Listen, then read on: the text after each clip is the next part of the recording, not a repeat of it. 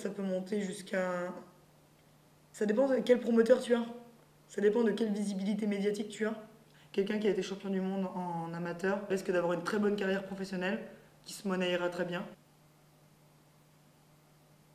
Tu réussis à être championne d'Europe, là, tu touches 5 000. Si tu es championne du monde, tu touches 8 000.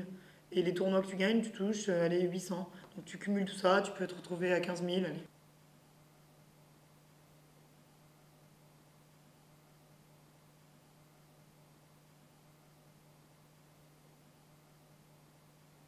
En boxe amateur, ce que je suis actuellement, tu gagnes pas plus de 10 000 € à l'année, hein, sachant toutes les concessions que tu fais. Parce que mince quoi, au-delà du sport, on prend des coups quand même.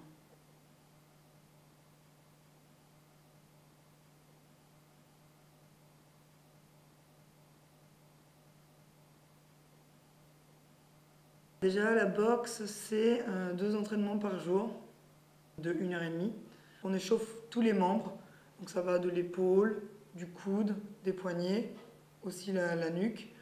Il y a aussi les jambes qu'on échauffe et le buste. À l'approche d'une compétition, on accentue la préparation, on commence à faire du qualitatif, c'est-à-dire que les séances sont moins longues, mais sont beaucoup plus intenses. Corde à sauter, mise de gants, sac, et ensuite retour au calme, on fait des abdos et des pompes.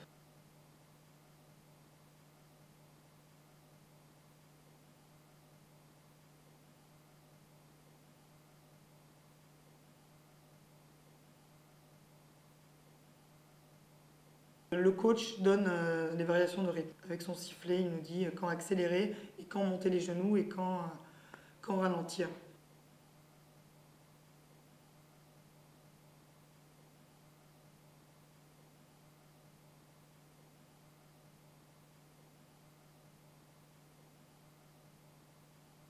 J'ai été entraînée pendant 2 ans donc, aux côtés de l'équipe de France masculine. J'ai été la seule fille.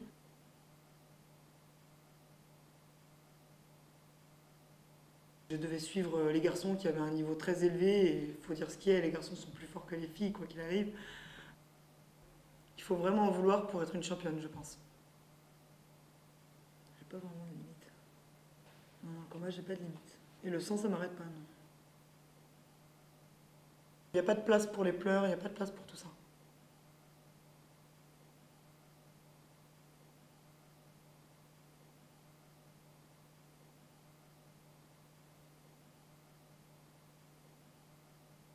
Quand tu apprends à maîtriser vraiment la discipline, tu es armé, tu as une grosse confiance en toi, tu te laisses vraiment pas abattre, en tout cas, ça c'est sûr.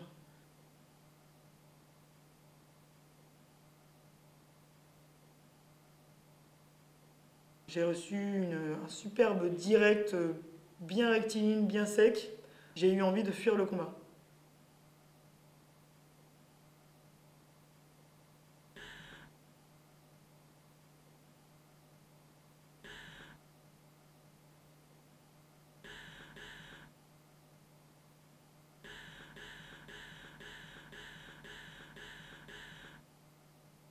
J'ai eu une coupure en fait.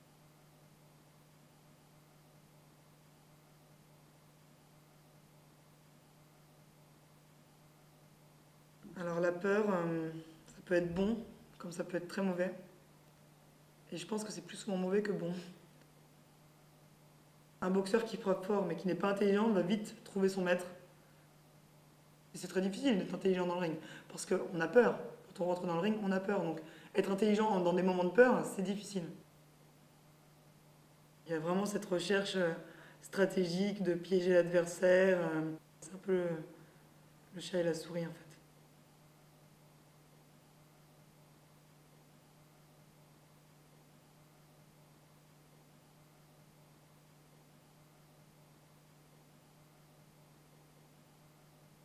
J'ai jamais pris de KO et le jour où j'en prends un, c'est terminé.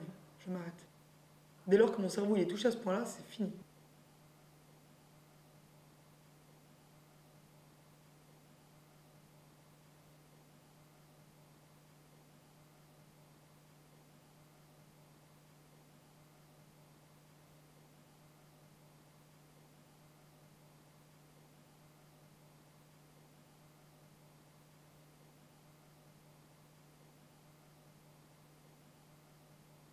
Lucie Berthaud, on sait qui c'est dans la boxe.